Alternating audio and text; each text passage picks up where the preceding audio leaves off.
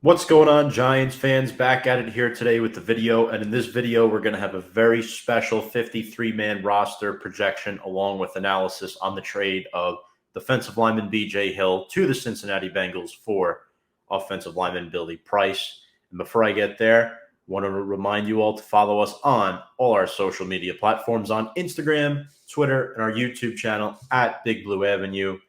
And the preseason game against the Patriots was yesterday.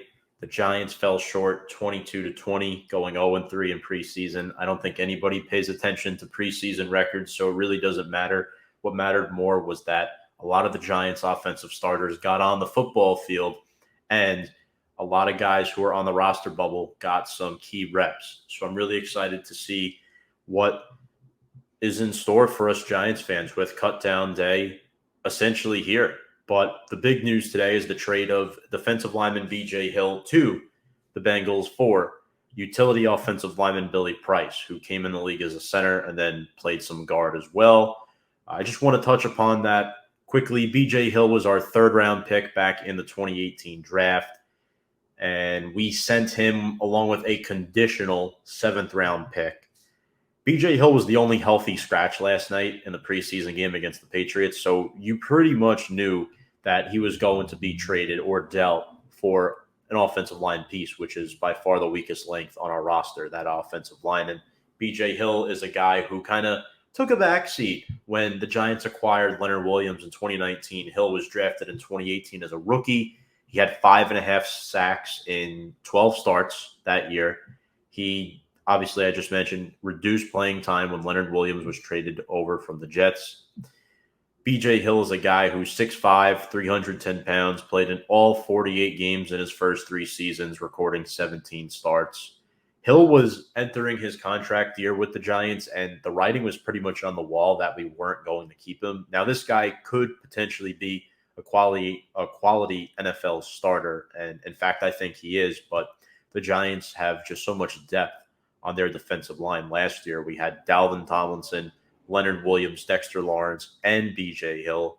Obviously, we lost Dalvin Tomlinson in free agency, and B.J. Hill still stuck behind Dexter Lawrence and Leonard Williams. Hill is not really a nose tackle. So wish B.J. Hill the best of luck in Cincinnati. And this is a good thing in a way because the Giants were very unlikely to re-sign him, and he probably wasn't going to start this year anyway. The only issue with this is we do lose a little bit of depth. I'm interested to see if a guy like David Moa or maybe Raymond Johnson III makes the roster. That'll be really fun to watch. But B.J. Hill was one of the draft picks we acquired in the trade for Jason Pierre-Paul, right? We traded for 2 draft picks and then went on to draft B.J. Hill and Kyle Lauletta. Neither of them are no longer on the Giants, and JPP is thriving in Tampa Bay. But, hey, it is what it is. It'll be interesting to see if Afadio Denibo could replace B.J. Hill on the defensive line. We mentioned he could play some 5-tech on the edge, but also slide inside to play some 4-eye. Billy Price, this guy is a 2018 first-round pick, has played over 1,350 career snaps over his 3 years. He's 26 years of age, 6'4", about 300 pounds, and he's given up 5 sacks in his first 3 seasons total. Now, a fun fact, the Giants hold the Bengals' 2017 first-round pick in John Ross, and now their 2018 first-round pick in Billy Price, who was selected 18th overall in that draft out of Ohio State. The Bengals declined his 5th-year option. In his rookie season, he was the starting center. I believe he started around 12 games, 10 to 12 games, the same as B.J. Hill. Moved to guard and only started 8 games in his sophomore campaign. Last year, he was strictly a reserve in his 3rd year, starting only 1 game.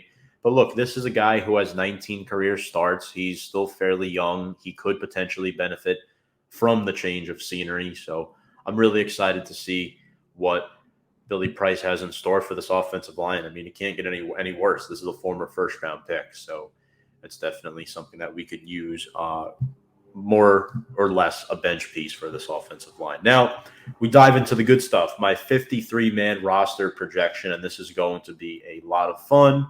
Maybe a couple of surprises in there. You know, I wanted to wait till the very last second to do this because now is where all the marbles are on the line. You're either in or you're out.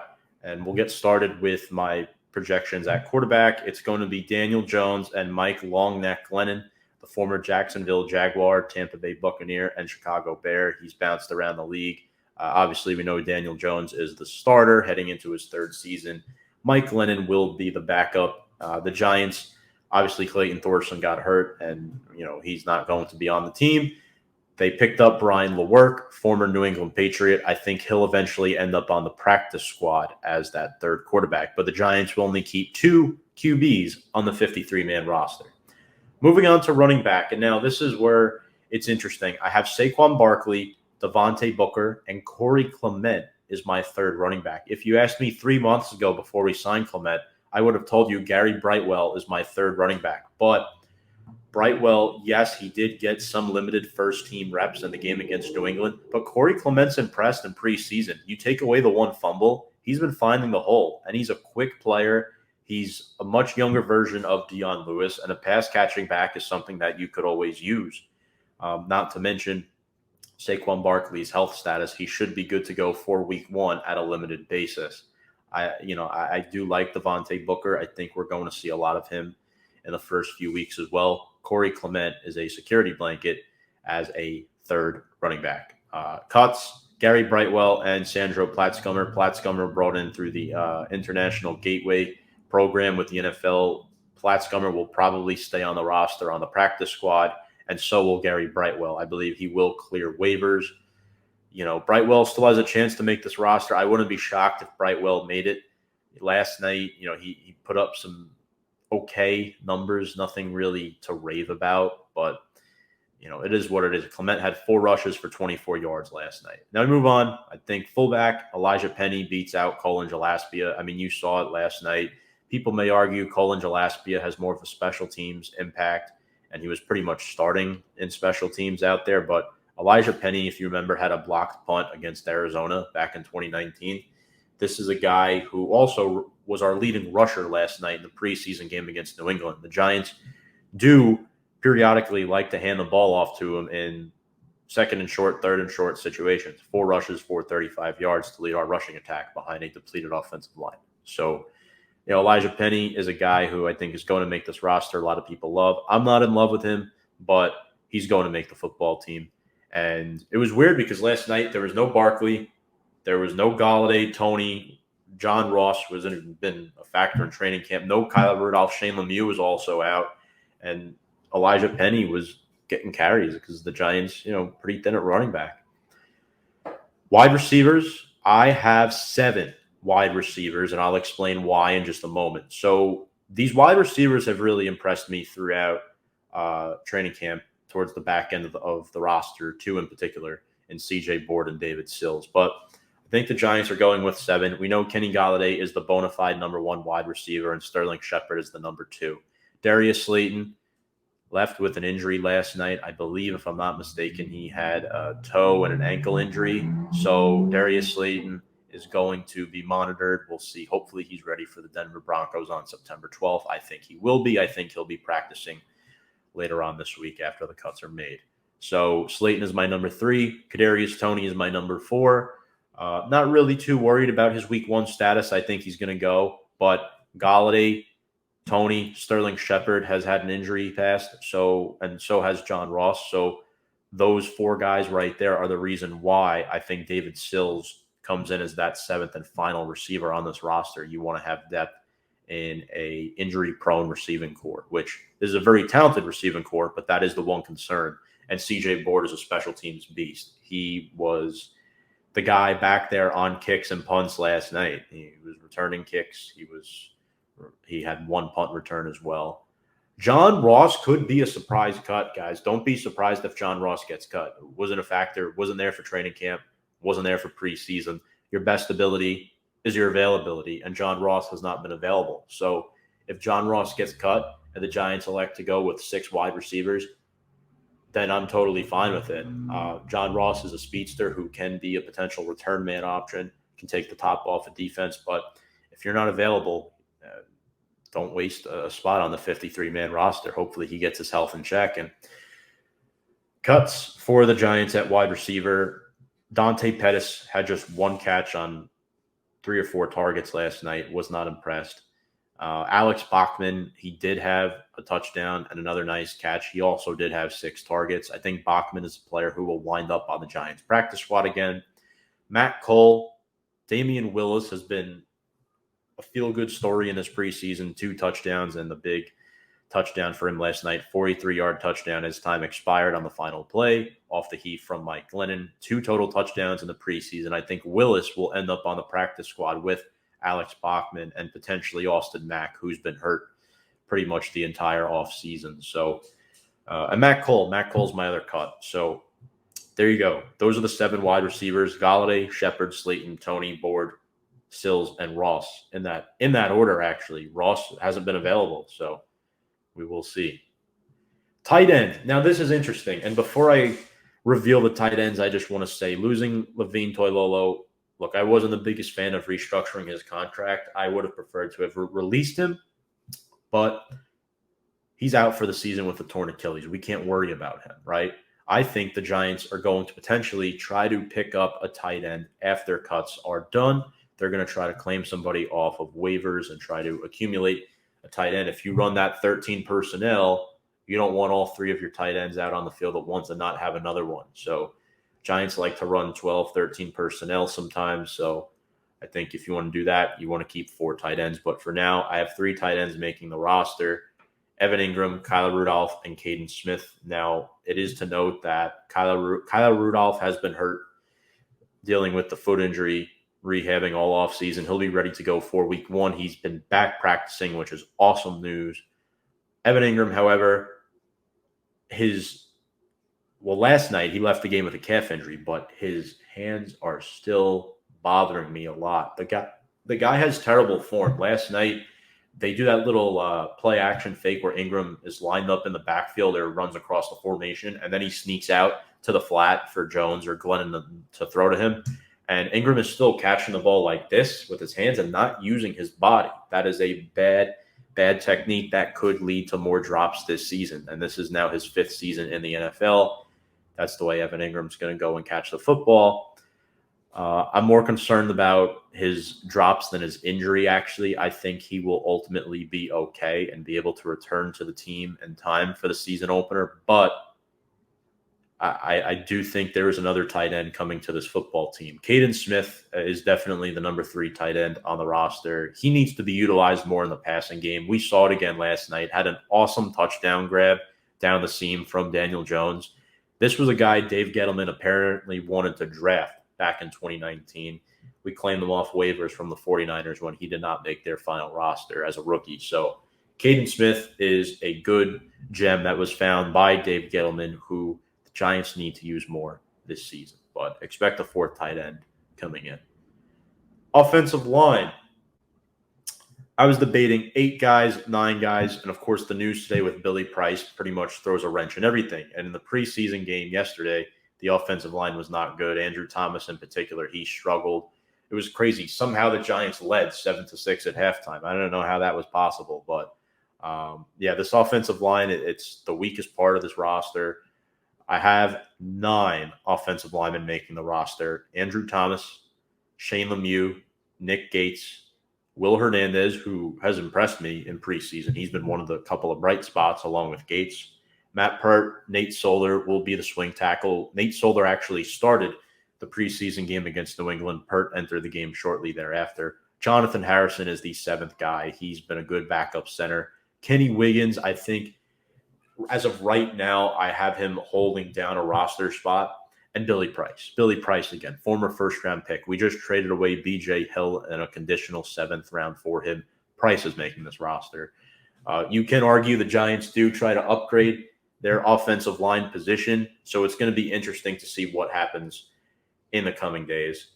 Now, cuts for the offensive line. I think Jake Burton and Brett Heggie, 2 UDFAs, won't make the roster, although I do think one or potentially both of them land on the practice squad. Chad Slade is a cut. I don't want him back. Kenny Wiggins is going to make this roster, I think, for now, but you could potentially see him be waived after. They may try to acquire somebody off of waivers, but Jackson Barton and Ted Larson are two guys that are going to fall under my last two cuts. I think Wiggins looks slightly better than Larson, although Larson did technically start at left guard last night. Wiggins came in the game shortly thereafter, and I think his versatility to potentially kick out to the tackle position. I know Wiggins is listed as a guard, but he has played tackle in the past. I don't think Ted Larson ever has. He's purely a guard. I think the versatility would keep Wiggins over Larson. So moving on to the defensive line, I have 5, even after the trade of B.J. Hill. I'm not going to reveal the banner at this very moment. I will shortly. So I have Leonard Williams and Dexter Lawrence. Those are the obvious two, along with Austin Johnson and Danny Shelton. You combine 2 DTs for about total of $5 million. You're going to get close to what you got with Dalvin Tomlinson. Not quite, but Dalvin Tomlinson would have cost you an additional $7 to $8 million from that total number between the two players. So Austin Johnson and Danny Shelton will be splitting reps at the nose tackle position. And then my surprise is Nico Lelos. Now, why not Raymond Johnson III? Why not David Moa? You already have 2 nose tackles. That's what Moa is, and he's only 20 years old. I think he's better off on the practice squad. Raymond Johnson III out of Georgia Southern, really good player who I think can develop. He's 6'5", 270. Nico Lelos is also 6'5", 270. And I wanted to put a 5th guy down with this position group. I mean, you could put Lelos here. You could put Odenigbo here. But Lelos has checked all the boxes for me. He's shown enough to prove that he's worthy of a roster spot. And I'm going to give Nico Lelos out of Dartmouth one of those final roster spots, as I think he's going to produce this season. So those are my 5 defensive linemen. Cuts: David Moa, Raymond Johnson III, Willie Henry, and Elijah Qualls. I think Raymond Johnson III and David Moa stick around on the practice squad. Edge rushers, I have 6 plus 1 in Ellerson Smith, who I believe will start the season on the PUP list. So he would be the 7th. But for now, I have 6. Lorenzo Carter, Azeez Ojulari, who I think will be the 2 starters. O'Shane Zimenez as the 3rd. Cam Brown will primarily be a special teams guy. He got one of my last spots in, as well as Afadi Odenigbo. I think he barely makes it by the skin of his teeth. He didn't impress too much in preseason. And Trent Harris, who had a sack in the game against New England, he has been lighting it up in camp and preseason. He deserves a roster spot. So I have these 6 edge rushers making the roster for the New York Football Giants, with cuts in Ryan Anderson, who was suspended 6 games. Even though he did have a sack against New England, I don't want Ryan Anderson sticking around. I understand the PED thing. It's a sensitive situation. We had it with Golden Tate, happened 2 seasons ago. But Anderson's going to miss the first 6 games anyway. He's kind of an older player. Not old, but he's more experienced than a lot of these younger guys like Lelos. I think Anderson should not be retained on the practice squad. I think he should be just flat out cut. Linebacker, I have 4. Oh, and wait, before I get there, Ellerson Smith will eventually replace either Trent Harris or Afadi Odenigbo or Nico Lelos. So whenever he is available. So if he's available within the first couple of weeks, then we can change that. But for now, that's what I think it's going to be. Linebackers, obvious 4, Blake Martinez, Tate Crowder, Reggie Ragland, and Carter Coughlin. All 3 of them got reps next to Blake Martinez last night in the game against New England. Carter Coughlin and Tate Crowder have both been impressive in preseason.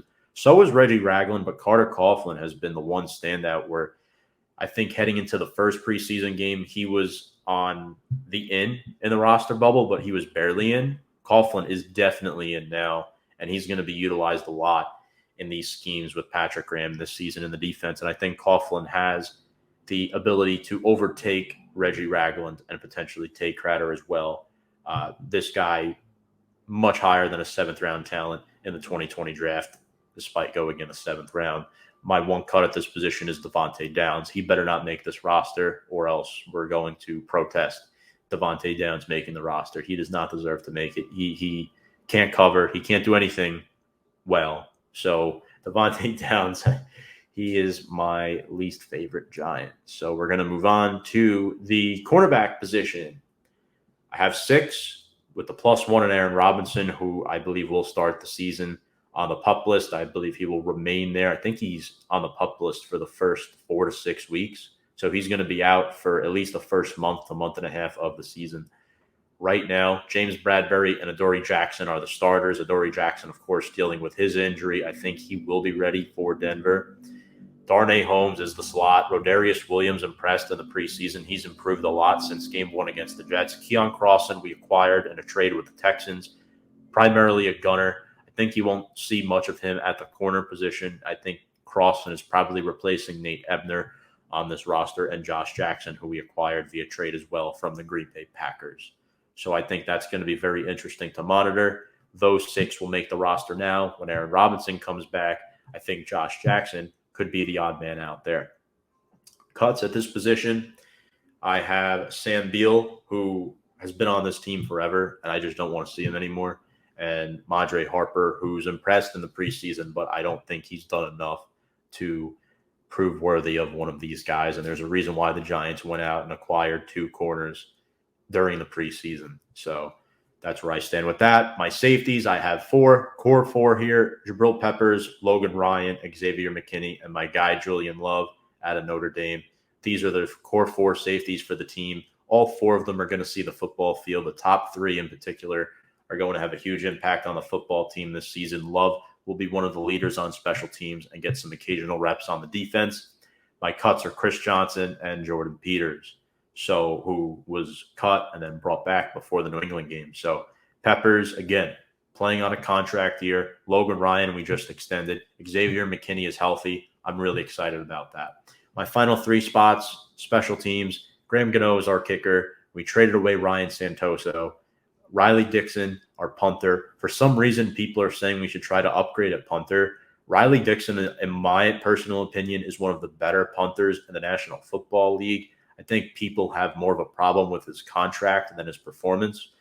Look, he's making a little bit of a hike for a punter, but Riley Dixon is a pretty good punter, and he showed it last night. He had a 59-yard punt down by Casey Kreider, the long snapper, inside the 5-yard line. So Kreider will make this team as well, as they did release Carson Tinker a week or 2 ago. So that's my 53-man roster. Let me know what you think in the comments section. Did I get it right? Do you agree with my 53-man roster projection? What would you have done differently? I want to hear what you guys think. Make sure to check us out on our YouTube channel below at Big Blue Avenue as it scrolls away. Follow us on Twitter and Instagram as well for more up-to-date content. I will be live tomorrow with Sam Cardona and Hank and Dichter as the 53-man roster cut down must be finalized by 4 p.m. We're going to have a video up. Really appreciate you watching this video and enjoy cut down day. Have a good one.